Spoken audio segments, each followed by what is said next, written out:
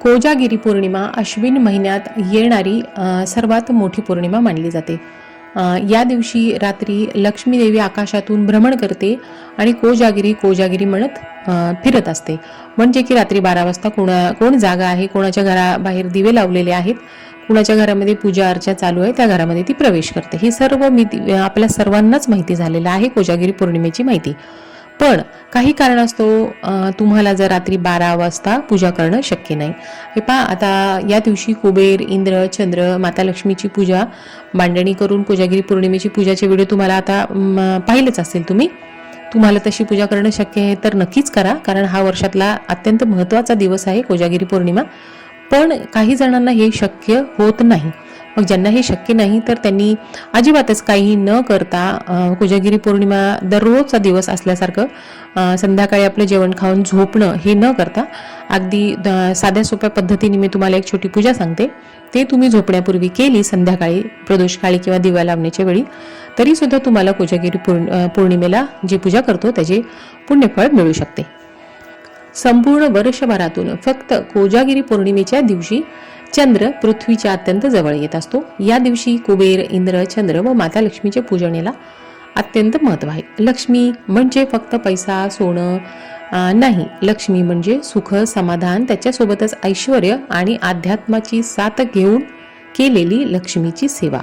आणि निश्चित दिवशी निश्चित वेळेवर केलेल्या पूजेला देवी देवता स्वीकार करतात. आता निश्चित दिन आणि निश्चित वेळ म्हणजे पौर्णिमा, त्यातल्या त्यात कोजागिरी पौर्णिमा आणि माता लक्ष्मीची सेवा.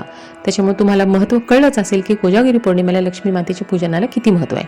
म्हणून या दिवशी तुम्हाला शास्त्रोक्त पद्धतीने इंद्र, चंद्र, कुबेर आणि माता लक्ष्मीची पूजा करणे शक्य नसेल तर फक्त या पद्धतीने जरी पूजा केली तरी लक्ष्मी माता प्रसन्न होतील आणि तुम्हालाही काही न केल्याचं दुःख राहणार नाही.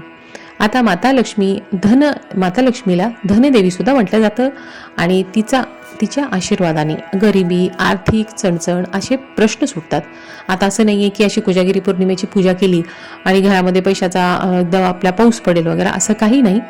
पण एक अध्यात्म म्हणून किंवा आपल्या मनाला एक आहे की आपण एक चांगला दिवस होता कोजागिरी पौर्णिमेचा, या दिवशी आपल्याकडून आपल्या घरातल्या लक्ष्मीसाठी आपण काहीतरी अध्यात्माची साथ घेऊन तिची पूजा अर्चा केली आहे आणि एक सात्विक वातावरण, एक सकारात्मक ऊर्जा आपल्या मनामध्ये आपल्या घरामध्ये निर्माण व्हावी, त्याच्यासाठी सुद्धा तुम्ही कोजागिरी पौर्णिमेची अशी पूजा करू शकता. आता तुमच्याकडे लक्ष्मी माताचा मूर्ती किंवा फोटो असेल तर या दिवशी तुम्हाला त्याची पूजा करायची आहे. या दिवशी कोजागिरी पौर्णिमेच्या दिवशी तुम्हाला सकाळी शक्य झालं तर आपण जसं की घर अंगण सकाळी स्वच्छ करतो त्याप्रमाणे तुम्हाला करायचंच आहे. पण सकाळी तुम्हाला शक्य झाले तरी करा, पण संध्याकाळी सुद्धा तुमचं घर अंगण, तुळशी वृंदावन अगदी स्वच्छ असावं. कधी कधी कसं होतं आपण सकाळी करून घेतो आणि दाराबाहेर परत चपला काही ठेवलं, कचऱ्याची बकेट वगैरे तर परत घाण होते. तसं नका करू. संध्याकाळी 4 वाजता तुम्ही घर अंगण तुळशी वृंदावनचे तिथे सगळं अगदी स्वच्छ करून घ्या, पुसून घ्या, घर अंगण स्वच्छ करून घ्या. आणि प्रदोषकाळी मुख्य दरवाजावरती मोठी रांगोळी शक्य नाही तर लक्ष्मीचे पावले काढा, हळदी कुंकू वाहून अशी तुम्हाला पूजेची सुरुवात तयारीला करायची आहे. आता सुरुवात करताना तुम्हाला 5 दिवे घ्यायचे. 5 दिवे म्हणजे आपल्या पणत्या.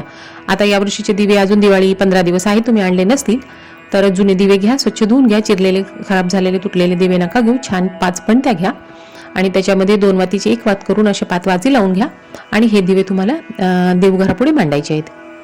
आता पूजेची सुरुवात करताना आता पूजा कधी करायची हे पहा. आता तुम्हाला रात्री 12 वाजता आपल्या या पूजेला महत्त्व आहे. या दिवशी आटवलेले दूध रात्री 12 वाजता चंद्रप्रकाशात ठेवायचं आहे.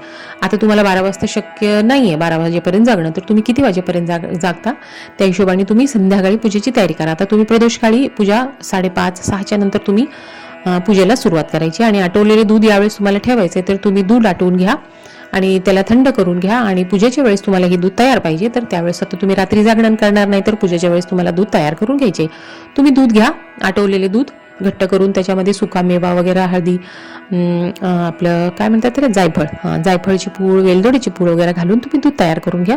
काही तुम्ही पांढरं मिठाई म्हणजे बत्ताशा वगैरे सुद्धा तुम्ही घेऊ शकता. जर तुम्ही दूध बनवलं तर अतिउत्तम, नसेल तर तुम्ही माता लक्ष्मीला बत्ताशा पण पांढरी मिठाई कोणतीही चालते, तर तुम्ही बत्ताशा सुद्धा पूजेला घेऊ शकता.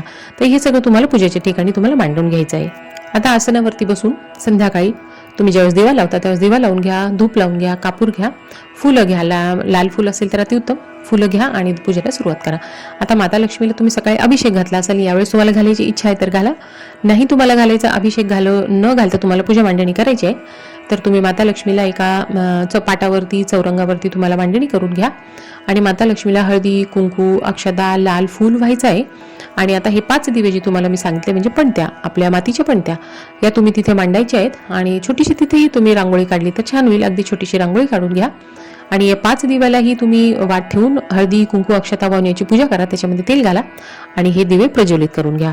आता देवघरामध्ये तुमचा कलश असेल तर तुम्हाला दुसरा कलश मांडण्याची गरज नाही, पण तुमच्या देवघरामध्ये जर कलश नसेल तर या विशेष दिनी कोजागिरी पौर्णिमेच्या दिवशी तुम्ही पूजेच्या वेळेस कलश मांडू शकता. आता प्रथम कलशाची हळदी, कुंकू, अक्षता, फुलं वाहून कलशाची पूजा करून घ्या. त्याच्यानंतर तुम्हाला सांगितलं माता लक्ष्मीची पूजा करायची, हळदी, कुंकू, अक्षता, फुलं वाहून माता लक्ष्मीची पूजा करा.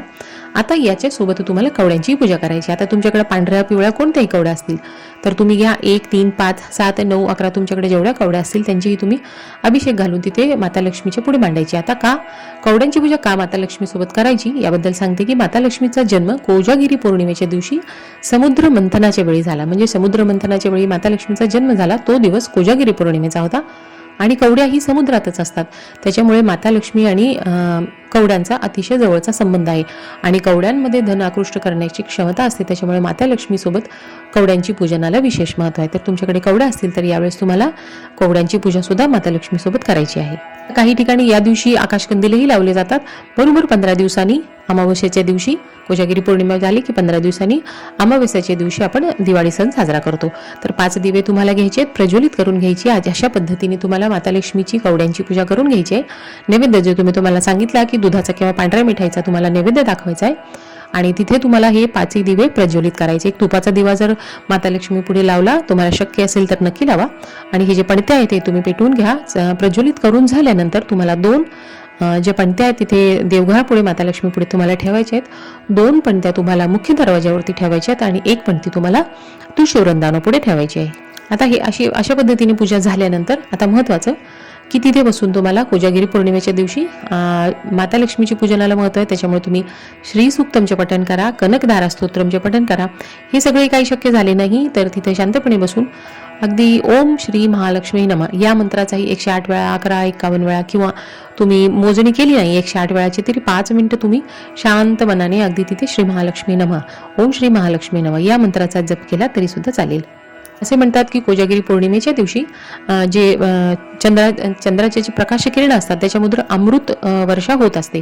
त्याच्यामुळे या दिवशी आपल्याला आटवलेले दूध चंद्रप्रकाशात ठेवायचं. आता तुम्हाला 12 वाजेपर्यंत जागणं शक्य नाही तर अशा पद्धतीने पूजा करा आणि जे दूध तुम्ही देवघरापुढे ठेवलंय ते तुमच्या घराबाहेर ठेवा. आता अंधार संध्याकाळ झाली, तुमच्या पूजा वगैरे झाल्यानंतर तुम्ही झोपायच्या पूर्वी तुम्ही हे दूध तुमच्या गच्चीवर, बाल्कनी जिथून तुम्हाला चंद्रप्रकाश दिसत असेल तिथे तुम्ही थोडा वेळ नेऊन ठेवा. तुम्ही 2 मिनिटं तिथे उभा राहा आणि हे दूध तुम्हाला आता तिथेच ठेवायचं. 5 मिनिटं तरी तुम्ही थांबा आणि तिथे ठेवा आणि तुम्ही झाकून ठेवा. आता तुम्हाला झाकून तिथे ठेवणं थोडं शक्य तर ठेवा आणि झोपण्यापूर्वी तुम्ही आणून व्यवस्थित त्याला देवघरापुढे किंवा तुम्ही कुठेही ठेवू शकता, पण त्यावेळेस तुम्ही पिऊ नका.